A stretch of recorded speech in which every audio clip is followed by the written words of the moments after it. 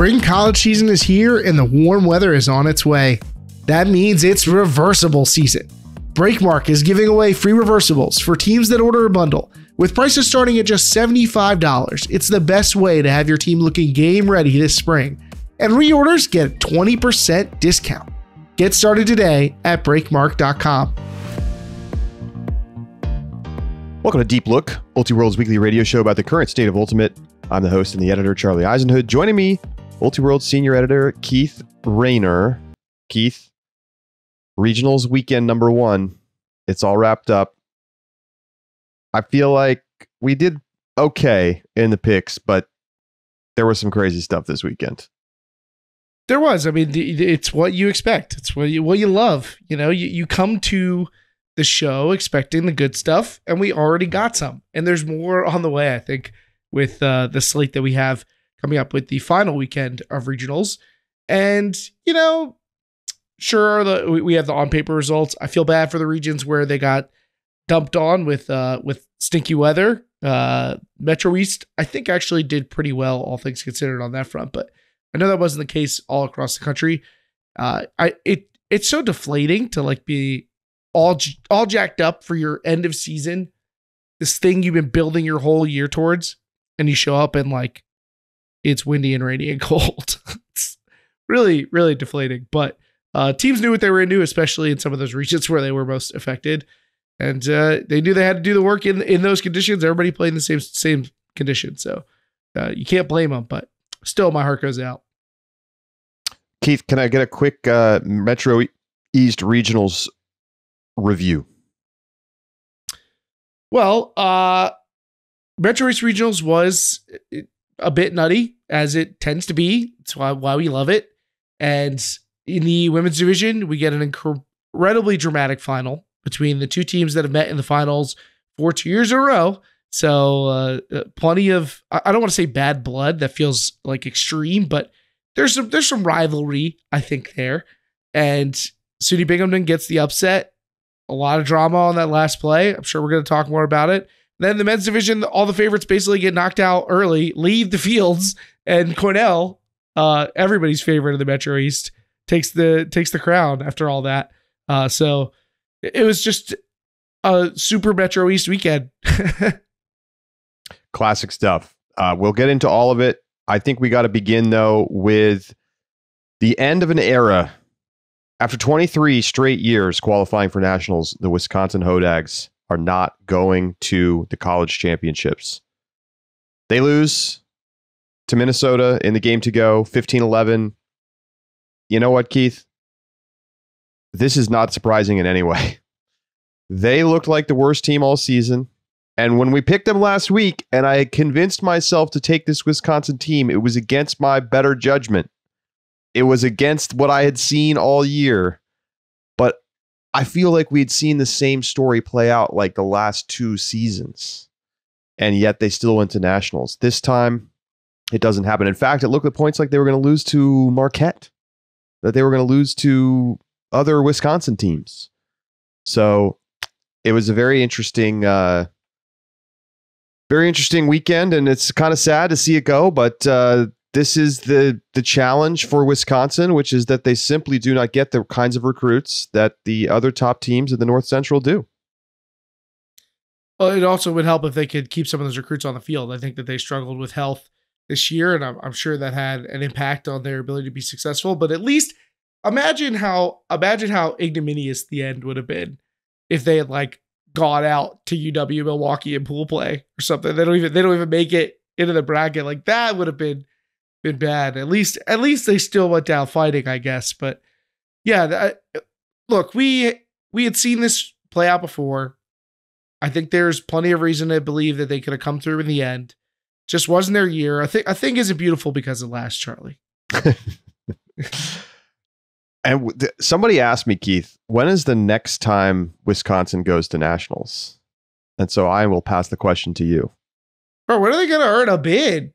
You know what I'm saying? Like, what is this go to regionals with 2 bids mess? Like, what happened? I mean, I guess it's we're being a little unfair that they won a bid in 2019, but I don't know, man. If they could get back to being a 3-bid region, everything would be hunky dory, and they wouldn't have to go through all this. That's pretty much what it's going to take, though. I mean, I think that's what it's going to take. I don't see a world in which, with any kind of consistency, they're going to get past Cut and Minnesota. I mean, let us not skate over the point that Minnesota and Carleton's best players are freshmen right now. So right. And like the pipeline is always there for Carleton. And for Minnesota, the locals, Minnesota youth scene is so good that that's going to feed into really both of those schools, but particularly the University of Minnesota. And Wisconsin is just not getting that same thing. Now, it's not to say there aren't some good high school teams in Wisconsin. There are. But I just don't know if we're going to see the overall macro trends are negative for the Hodags. So I agree with you. I think that they have to go out. They have to earn a bid. And it may mean making changes to, the way that they approach getting practice time and stuff. And I know it's like impossible for them. Speaking as, I went to NYU. I know it's like impossible there too. And so it makes it really hard. But you can't go out at the beginning of the season and not play well. And I just think that they weren't a good enough team to go this year. Maybe after a couple of years of developing their younger players, they're going to be good again, and we're going to see them get a third bid. But I think this signals to me the end of this incredible, time where Wisconsin was able to sort of out hustle, out grind, out grit, and even though they were out talented, and this has been a long, slow, steady, slight decline since like the mid 2000s. Do you think that it is a sign that the depth in Division I men's is just that much better? Like the teams that they used to have to climb over in these final moments to win a bid are just better than they used to be. And so you can't really slide in the beginning of the year and just count on the fact that your institutional knowledge and your team's character and your physical preparation would be enough in the end. In the end, they could just outmuscle a lot of the teams that they need to. Not necessarily in region, sure, but sometimes in region too. But when it came to that bid picture, now that maybe is not the case for them anymore. Yeah, and I think it's also about the fact that Minnesota got good. Frankly, it's not that long that Minnesota's been a team that's regularly going to nationals and like in the conversation, and of course, winning the championship a few years ago. And that's directly related to the development of the youth scene in Minnesota. So if they can keep that going, and obviously there's luck of the draw, but that just means that it's going to be harder for Wisconsin. And if they can get the big cities in Wisconsin to start to have really strong top to bottom youth scenes, that could pay dividends long term as well. Definitely. But shout out to Carleton and Minnesota who proved their worth. They both make it. Carleton gets the win. And I think those are going to be scary 3 or 4 seeds in your pool at nationals. Oh, definitely. I mean, I think Carleton's still a year or two away from being a really dangerous team, but Minnesota still has the look of a team that could turn it on, and if they figure it out, be really tough. But Declan Miller is probably the best player in the North Central right now as a freshman. That's crazy. I'll tell you, Charlie. We are putting together our top 25 player lists, and got to have Declan Miller in consideration. You might even have to have Max DeLynn in consideration, no less. I mean, I don't even think you can think of how high Miller might be up the list. Miller's in the top 25. There's no doubt in my mind. It's a question of how high. Okay, so the other big story from the weekend, SUNY Binghamton knocks off Yale in the Metro East. I mean, and Yale was the team, Keith. I mean, Yale was supposed to go to nationals and win a bunch of games and maybe make quarters, and like this was going to be the Metro East hurrah. And instead, SUNY Binghamton makes it a three-peat, knocks Yale out, but it comes with a great deal of controversy. The end of the game, on the final point, it's universe. Yale has the disc in their attacking red zone. Kind of throw up like a late high stall count throw. It's caught by an offensive player who's sort of running towards the back of the end zone, kind of into the stack. And there's a defensive player coming from the other side The offensive player reaches up and catches it, collides with the defender who falls to the ground. Defender calls a foul, goes to the observer. The observer upholds the foul call. It's a turnover for Yale, awards a dangerous play to the Yale player, and then Binghamton goes the other direction and wins the game. Keith, you were there. Tell us about this and what you thought in real time. Yeah, I mean, I was standing 15 feet away from this play. And I should also make clear the Yale player involved is a player I coached for multiple seasons at UConn. So I do have a personal connection here. But I was definitely, at the time it was hard to know exactly what the situation was. And so a lot of the clarity came after the fact, figuring out what the yellow card was, what exactly the call was. There wasn't a ton of hand signals necessarily flying around, and there was some extensive conversation. I will say the contact was substantial. It was actually a little scary. It looked like it could be to the SUNY Binghamton defender's head. And so it was kind of a scary moment, which was also weird because you have this pregnant pause where it's like, well, if this goal stands, this game's over. Yale just come out of a timeout. It was like a really dramatic moment.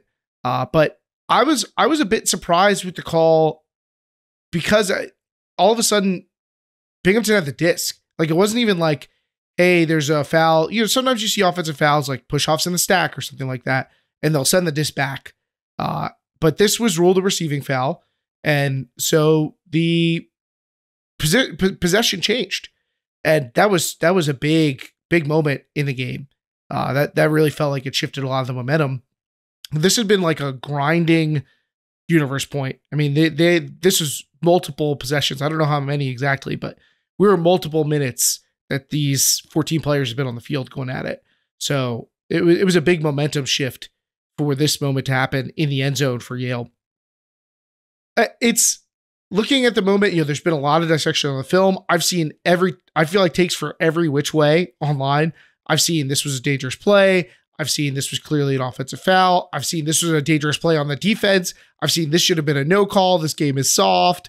Everything you can about every take under the sun, I feel like has been spouted somewhere between Twitter, Reddit, Discord, and all the places you can't see, all the Twitter circles of the group me's or whatever.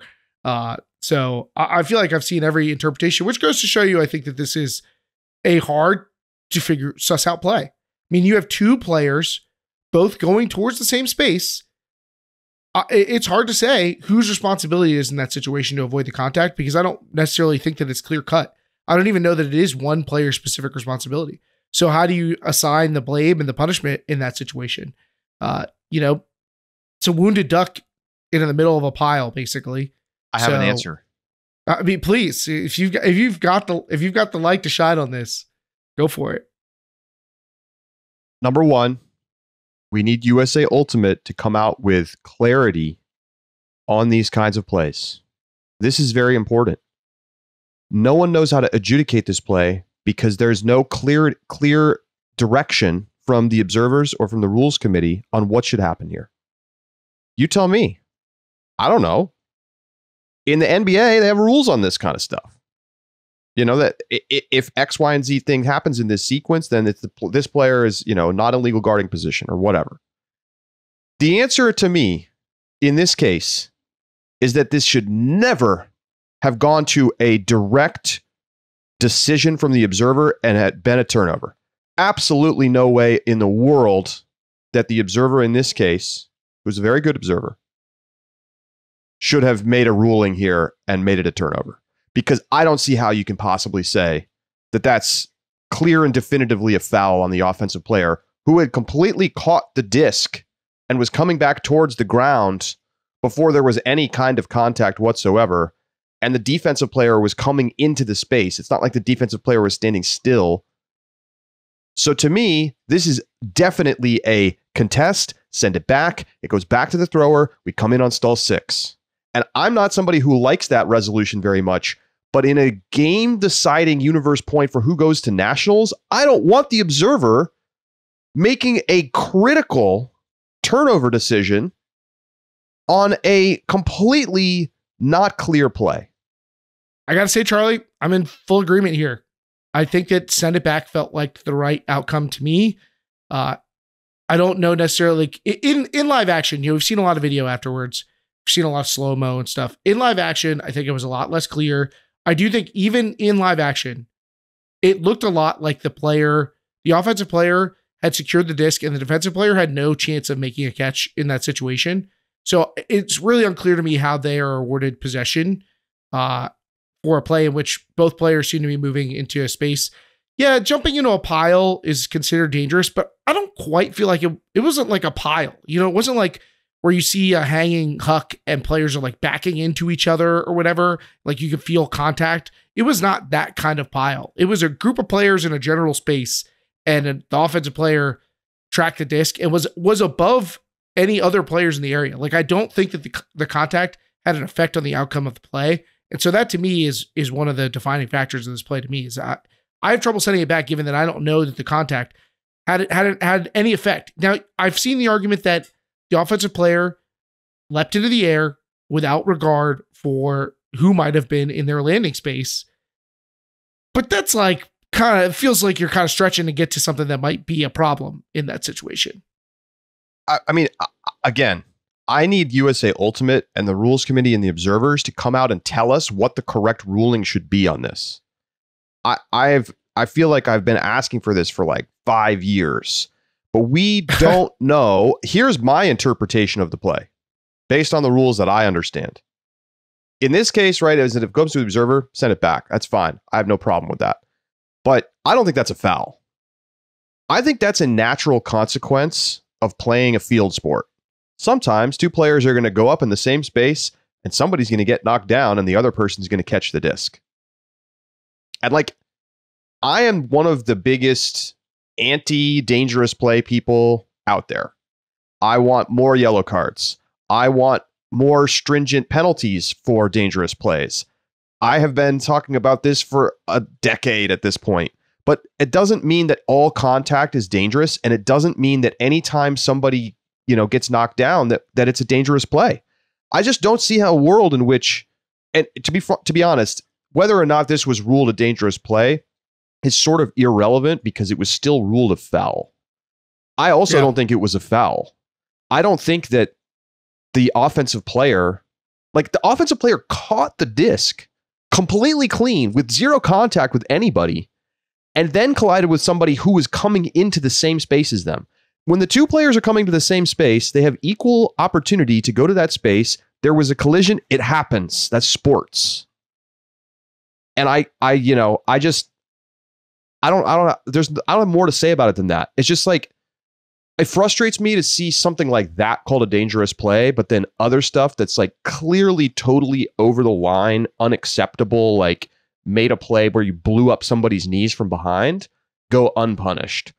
And I hate to see Yale lose on this. I mean, I will say it's kind of on you, right? Sometimes it comes down to a call. And if you're in a game where you go to universe, you might lose. And they should have won the game by 5 if they didn't want this to happen.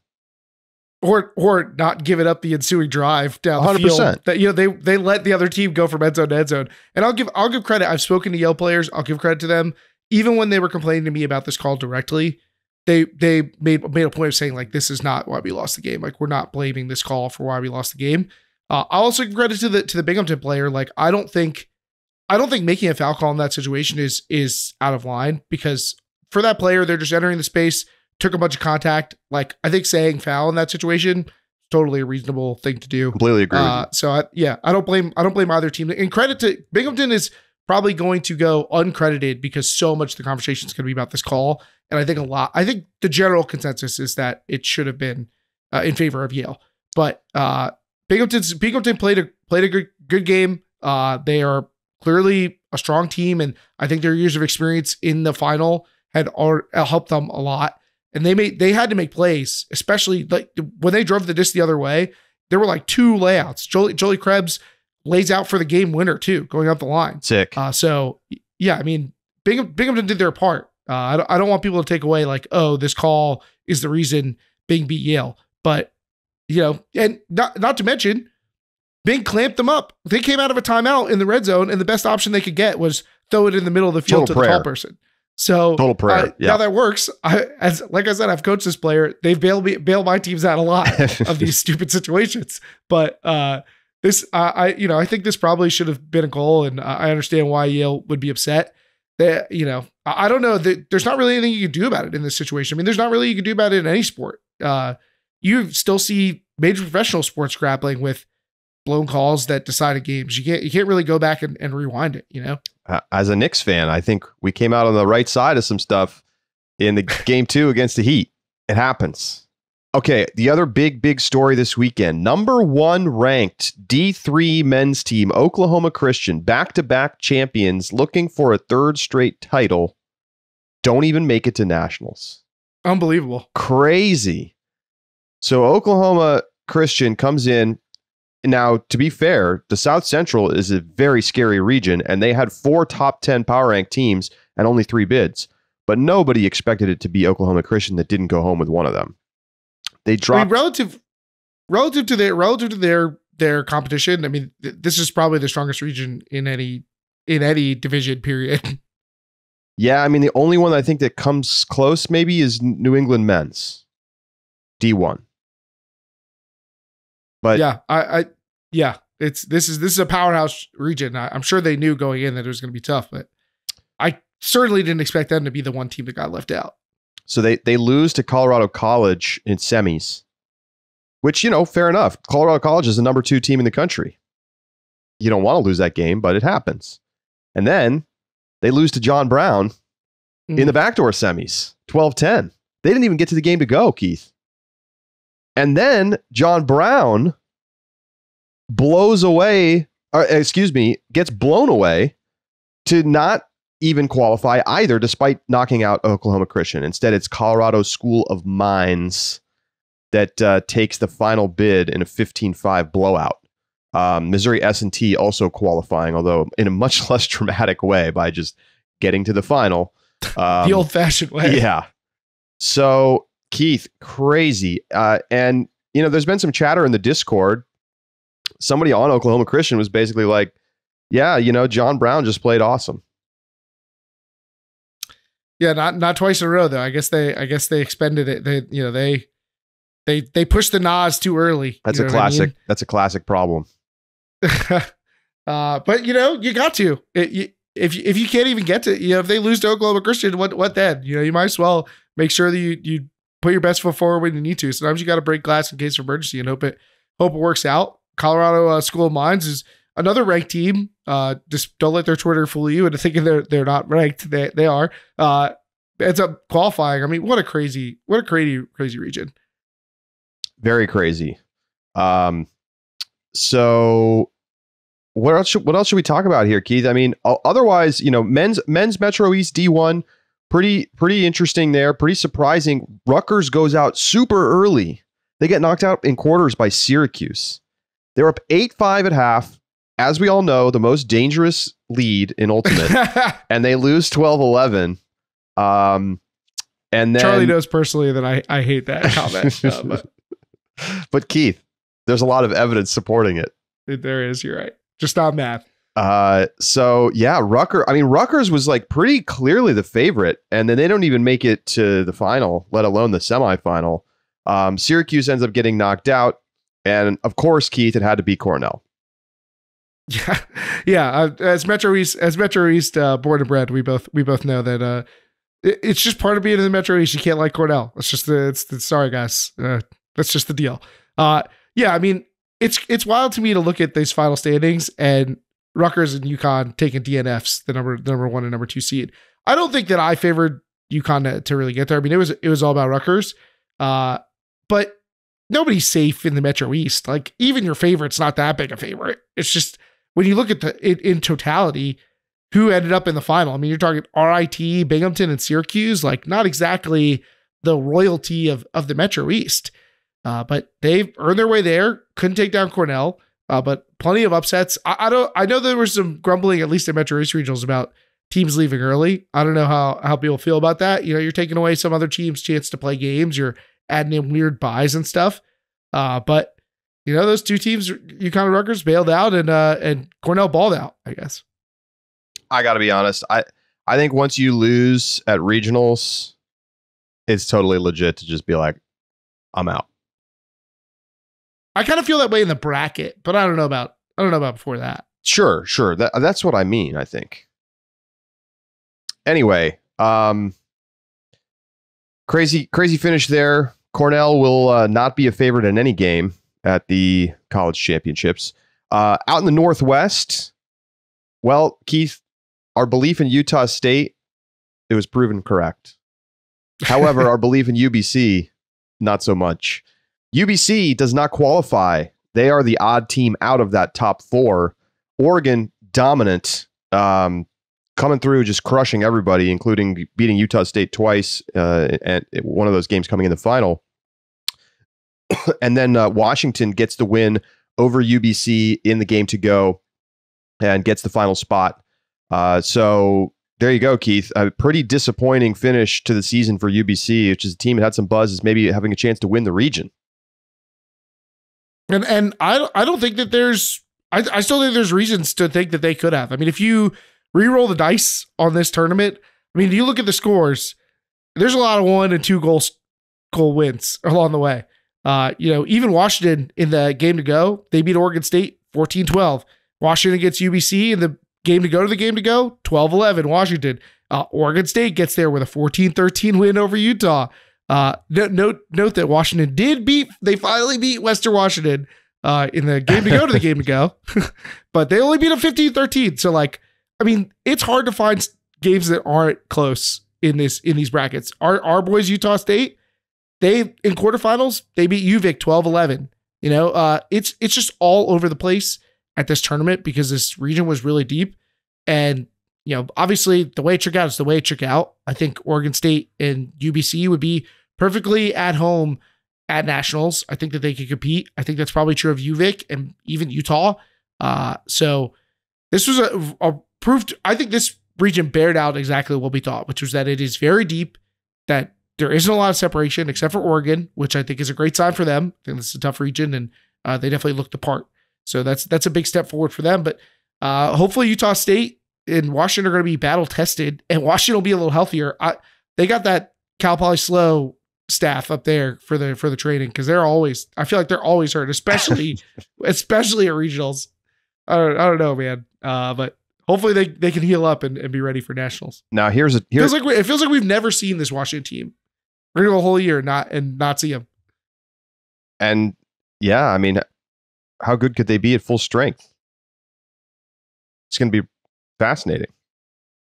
Well, I don't think we've actually mentioned it on the show, but the word is that Tony Vanieri has actually left the team, so full strength will not include him. And didn't see him play a game this whole season. To diminish your season. Yeah, I mean, he is a top 5 player in the country, easily top 10. Got to be a top 10 player on a talent standpoint, and that's a big loss for them.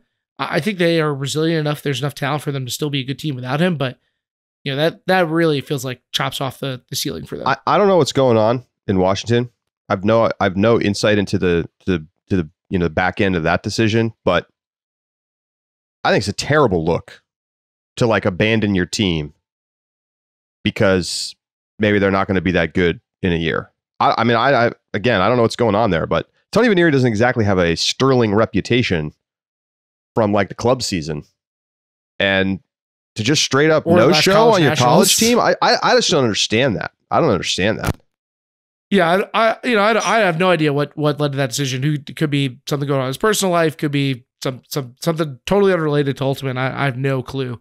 But it's a player who's been in the middle of controversy before. So I definitely imagine there are people who have ideas about what it could be that are not as favorable for him. But talented player, definitely a good player. Things work out. Very good player, and definitely helped their team from a on-field standpoint. But now they're moving forward without him, and to fight through that and the injuries they've had and still make nationals is a credit to them and the leadership. Now, maybe the toughest look this whole weekend: Wash U, men's and women's divisions, getting some huge upsets. And they go to the games to go, and they go 0-4 combined in the games to go. lose to the teams that they beat earlier in the tournament. They dropped games to Texas and UT Dallas, and that's it for Wash U. I mean, I feel like so painful. Obviously, they made it really interesting at South Central Regionals, so credit to them for that. But man, it is tough to just not come up and win any of those key games late. Yeah, from chance to make history to being a footnote, that is. Oh, that's a guy. It hurts me to hear it. I got nothing. I can't say that I'm like, I'm not a homer for Wash U, nor am I a hater. That's just tough to hear about almost any team. That's a tough way to go out, and I'm sure they'll be proud to know they were able to compete with some of the best teams in the region. But you could have sent both teams to nationals. Instead, you just end up being a fun fact, so to speak. That's a difficult way for it to end. Still good to get out there and say that I told you so a little bit. Vanderbilt, men's in the Southeast making a little move. But ultimately in the Southeast, it was all Georgia in both divisions. And I'm especially impressed, Keith, with the Georgia women who beat Florida 9-2. I'm wondering how good this Georgia team could be at nationals. Yeah, I mean they definitely whooped up. I'm a little more skeptical of the region as a whole after what we saw. There's some pretty mixed results along the way for their performance. So yeah, I mean they take care of Florida State in that final. But yeah, I mean Tennessee, Georgia Tech, nobody ended up, I think, looking that intimidating. So I think Georgia was the most talented team, did what they needed to do. I think that was true in both divisions. So, yeah, I think the Southeast is still not quite the region it once was. Pretty awesome. And big shout out to Wesleyan D3 Women's as they win it 8-7 over Ithaca in the Metro East. And it's not really that result that's so fascinating. They went 0-4 at regionals last year. And then they just swept through the series to get a nationals bid, Keith. What a comeback. That's hype. Yeah, I mean, Wesleyan is it now in a position, they're a Connecticut team. They may be like physically the closest team located to where I live. So I'm definitely happy to see state of Connecticut representing. And Ithaca had been a strong team this year. They get the clutch win too. So Metro East looking right.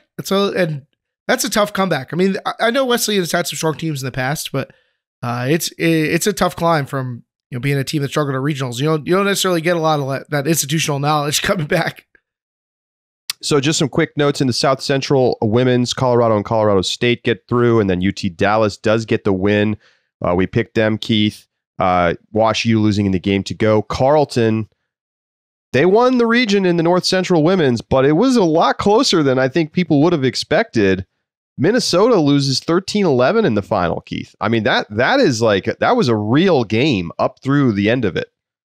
So shout out Minnesota.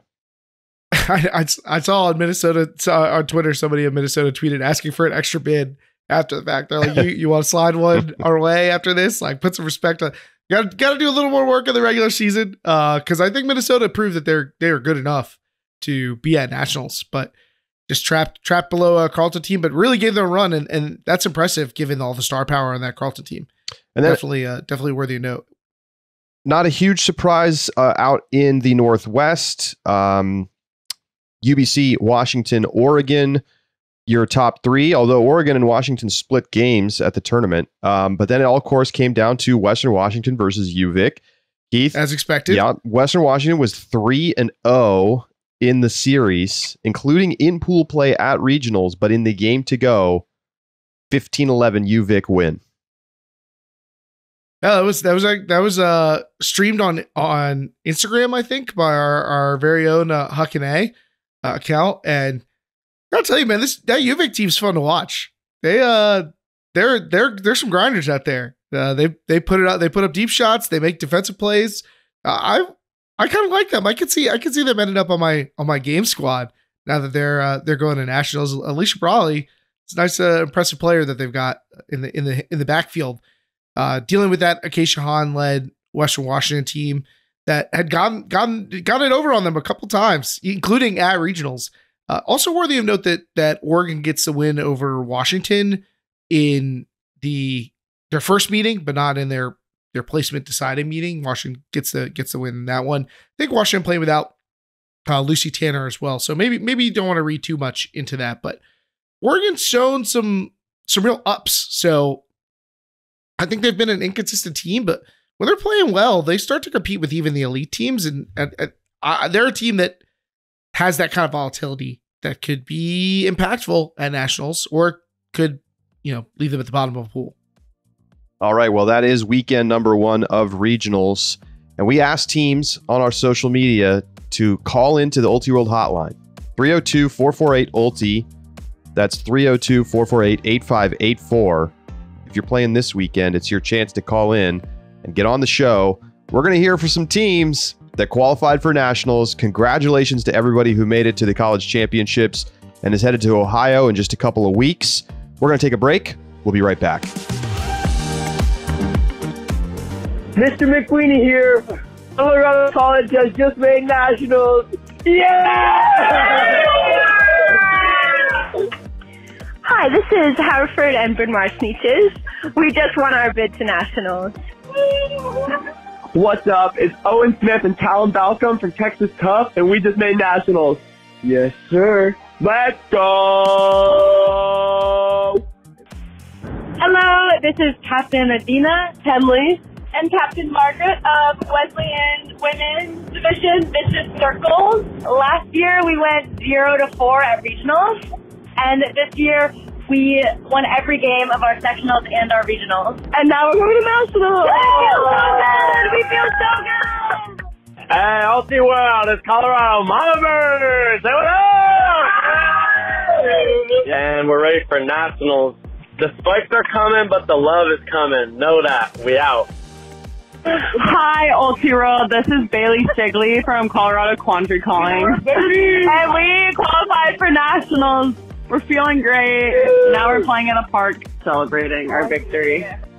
Yo, what's up? This is Kazoo from Colorado School of Mines. We made nationals, baby. Power rank us.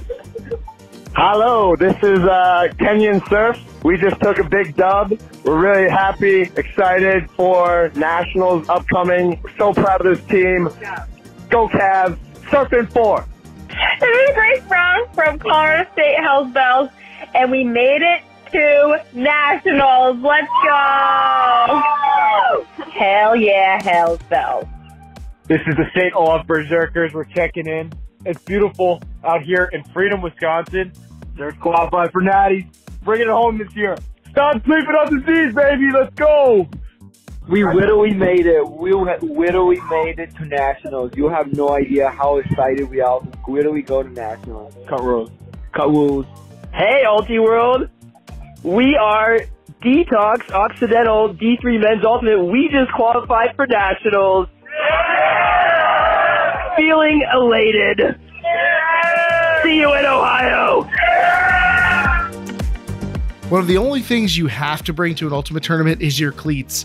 So every player has a cleat story. Producer and friend of the show, Lindsay Sue, what's your worst cleat story? I was in Australia playing at the U24 World Championships, and 2 days in, my cleats busted open and I had no way to get a new pair, so I had to tape them shut with athletic tape and play the rest of the tournament like that. That is a nightmare. With Tokai cleats, they're specifically designed for Ultimate with a cleat pattern for the game's sharp cuts and a durable, breathable, supportive build to keep your feet and ankles protected and comfortable for longer. That's why they're the official cleat of the U.S. national team. And I know, Lindsay, you're a big fan as well. Yeah, they are truly the most comfortable cleats that I've ever worn. Well, get your new favorite, most comfortable cleats at tokaiultimate.com. That's Tokai-ultimate.com. Welcome back to Deep Look. Congrats to all the teams that qualified this weekend. More regionals, the final weekend of regionals on the way this coming weekend. For D1, Southwest, New England, Ohio Valley, Great Lakes. And in D3 men's, there's a couple of, it's Great Lakes and New England and just New England for the women's. All of those New England regionals, by the way, are all in different places. Kind of crazy. Regionals. Regionals has been a weird. It's been a weird year for setting up regionals. Stuff moving at the last minute. It's. I think everyone's still figuring out like how we're moving forward as like organizationally. So those, of course, we talked all about and made all of our picks on last week's show. So check that out if you want to get ready for all that. Keith, just which region are you most excited for? Ooh, I mean, there's some really good ones here. I mean, we for those who are subscribers, you heard us draft our most exciting regionals, and a lot of them are this weekend. I mean, you got the Southwest, you got you also have the New England, of course, where there's just so many bids to go around. And then you got the Atlantic Coast, where who knows who's going to take that second men's bid. If I had to pick one, I know I probably should say New England, but I don't know, man. There's something about that Atlantic Coast second men's bid that's just got me. It's just drawing me in. It's drama. It's going to be great. So again, hit the hotline if you qualify, or if you just have something to say. Send in your Callahan videos. NC State. Please be NC State. Yeah, where are we at right now, Keith, in the competition with Double OT? All right, so we are unfortunately trailing Double OT by a point. That's because we picked Wisconsin. I mean, it didn't help. UBC also c'est la vie. But at this point, we're going into the final weekend, and here's the deal. Deep Look has NC State men's, UC Santa Cruz men's, and then if it comes, and we have Brown placing ahead of Vermont in the New England men's. Double Overtime has South Carolina men's, Cal men's, and Vermont beating Brown. So those are the deciding factors. Wow. Obviously teams outside of those teams could qualify, which would not give either of us points, which is probably worse for us. Or who knows how the ordering could end up in New England. But those are the picks that are going to decide things here moving forward. Thankfully, the Detroit Mechanics have waited to play their first game until May 13th. So there'll be plenty of time for everybody to get ready for the Mechanics Minute that will be going on the Double OT podcast when they lose. I saw somebody had a tier list of AUDL teams that I don't know if they're updating it weekly or not, but Mechanics were just in their own tier at the bottom, just a Mechanics tier. Sounds right. Speaking of the AUDL, week 1 taking place this past weekend. And I think the big story for sure, game of the week, DC Breeze on the road in Carolina. They win it 21-16 after a furious finish. I mean, it was tied late in the game, and then they just pulled away with a huge 5-1 run late to close it out and get a very big road win. Those teams will play again in DC later this season. New York looking completely dominant against Philadelphia in a rainy, crummy game. I mean, they held Philly to 8 goals. I was at that game. That was a pitiful performance from the Phoenix. Should I really take that much away from that? Like, I guess your takeaway is New York's really good, but I don't know. I'm reserving judgment given the conditions. I think that's reasonable. I don't change my mind after this weekend. I still think DC is the team to beat, and we're going to see DC versus New York, not this weekend, but the following. So New York travels down to the nation's capital. That's going to be a good one. No, I got no idea what was going on with. I know Carolina's missing some people. So no Eric Taylor, no Gooch, but they were running out some weird lines there. I don't know what's up. Classic with that. early season Carolina stuff. Yeah, that would be fine. I mean, maybe they just they're dominant. They're good in the South. Like, I don't know, but you don't get a lot of shots at a team like DC to hone things. So I don't know. And losses are going to hurt, especially with Austin having a really soft schedule. And Atlanta looked really good against Indy. They sure the hell did, and that's got me shaking my boots because I had Indy to win the Central. It's not like the rest of the Centrals acquitted themselves well thus far, but yeah, that was a concerning outcome. And Atlanta's defense was just ripping the disc away, just taking it every which way. Buzzer beater finish in the Pittsburgh-Madison game. The Thunderbirds winning at the buzzer. Max Shepard coming down with it in the end zone, 18-17. That is not a great start for the Radicals, and it's going to be a grinder in the Central, I'm telling you, Keith. What if Madison and Pittsburgh are like both okay, and the Central just gets even messier? Yeah, seems very possible. So obviously, a lot of teams have not yet played. I think fewer than half the teams in the league have played, something close to that. Seattle goes 0-2 on their road trip. But they gave Oakland a good run. They did. They were totally outmatched by Salt Lake, and what a return, Grant. How does he do it? He was not only back, Keith, but looking good out there. How? Throwing up some breakside dimes. It was awesome. I mean, if I don't move around well for like 2 weeks, it's like an 8-month recovery period. How does he look this good? It's wild. World Games, baby. It's he's got his book out. It's just got the flow. It's got the flow. So the only other thing of real note this weekend, Houston makes their franchise debut. They were a little punchier than I think people expected, but they ultimately lost by 6 to Austin. They're kind of fun to watch. I'm not surprised, but I don't foresee a lot of wins in their future, Keith. Look, I'll give them credit. They outperform my expectations, and you're only going to go up. Like, you got to expect a team like this to get better over the course of the season. So as they kind of learn the lessons of the league, and they'll have some games on there that are winnable on the schedule, right? So I don't know. I'm a little more curious about them than I was before. I mean, they're getting their first taste of Dallas in their next matchup, so could get that early win. I love them in the matchup. I think definitely take them against Dallas. Dallas still running muffin out there. Nuh-uh. Yes. Okay. Over in the Western Ultimate League playoff picture, definitely taking shape. It was a win and in game this weekend. And so it all came down to that final spot in the Southwest, San Francisco facing off against Arizona. Arizona started its season 2-0, getting a win over Seattle. Everything was so rosy, and they finished the season 3-5, and they missed the playoffs. Brutal finish for Arizona. San Francisco's through, along with San Diego in the Southwest, and things looking pretty good for Seattle and Utah over in the Northwest. Yeah, a lot less snake emojis flying around these days.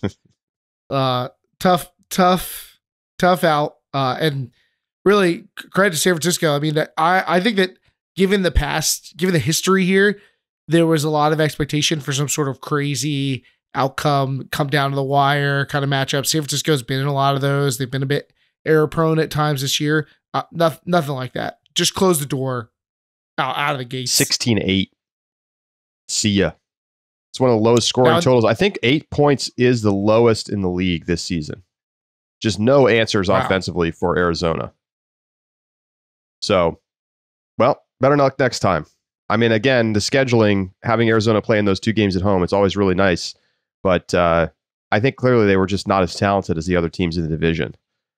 So, ultimately, they go 1-5 to close the season, and that is it.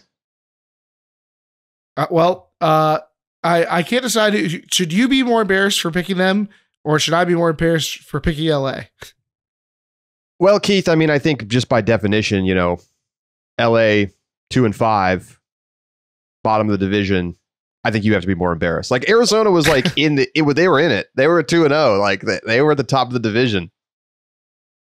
Yeah, and LA had some bad losses. I mean, we both slept on this Falcons team. We did, and they proved us wrong. I am excitedly awaiting them proving us wrong again in the postseason here, and we don't even know who they're going to be going up against, because the Northwest has this big weekend coming up where anything is possible. You got Oregon in last place, and I picked them too. Yeah, we got a lot of key games coming up. Utah plays Oregon and Seattle twice in the next 2 weeks each. 2 games against Oregon, 2 games against Seattle. So, I mean, they're going to have to earn it. I mean, basically all of the Northwest plays the Northwest a bunch of times. So like, yeah, there's a lot to figure out as far as who's going to land where in the Northwest. But Oregon, they play Utah twice. They play Colorado once. So they've got 3 games left on their schedule to turn things around. They probably have to win out. They might even need help there. I'm sure if you're listening to our sister podcast, Double Overtime, they'll give you the full details on exactly what needs to happen, what the various scenarios are. But surprising for both of them. I mean, we both had Oregon going to the postseason after what they did last year, and to find them in the situation where they have to climb out in the last couple of weeks is scary. Sure is. Last thing here, Premier Ultimate League. Nashville gets an OT win over Austin. New York easily beats Portland. Minnesota Strike final score against Indy Red 10-4. 10-4. Windy. I mean, last year they played in like a windy mess, and Indy actually stole one in that one. And this year it was even worse. But the biggest result of the weekend, without question, even though the game was suspended early due to weather and called, it just is simply this. Philadelphia Surge beats Raleigh Radiance 9-4. Raleigh kind of looking at tough times right now, Keith. I think that was a potential outcome. Like, I think we thought that they could take a step back. I can't decide whether. I mean, I think that the signs are that Raleigh has taken a bigger step back. That's just that Philly is really good, but it's probably a bit of both. Probably a little bit of column A and a little bit of column B. I mean, certainly the Surge looking good, sitting at 3-0. They're at the top of the East Division. They haven't played DC yet, but they got the win over Gridlock. They're almost certainly going to go to the playoffs. And to be fair, so is Raleigh. I mean, it's hard for me to imagine Raleigh not winning the division. You're not buying this Nashville? You're not buying Nashville run? I see you, Nashville, but it's a big step forward to have to try to beat Raleigh. That would be so hyped, though. I'm not gonna lie. Like, I mean, shout out to our friends in Raleigh, but well, that would be a hype upset. Yeah, that's cool stuff. So the Pro League seasons roll along, and we got College Regionals weekend number 2 coming up. And make sure you become an Ultiworld subscriber. Get ready for College Nationals. In our bonus segment, Out the Back, we are going to be talking about the biggest dark horses at the National Championships coming out of this first Regionals weekend. So who could make a push, maybe make a sneaky run to semis or to the bracket?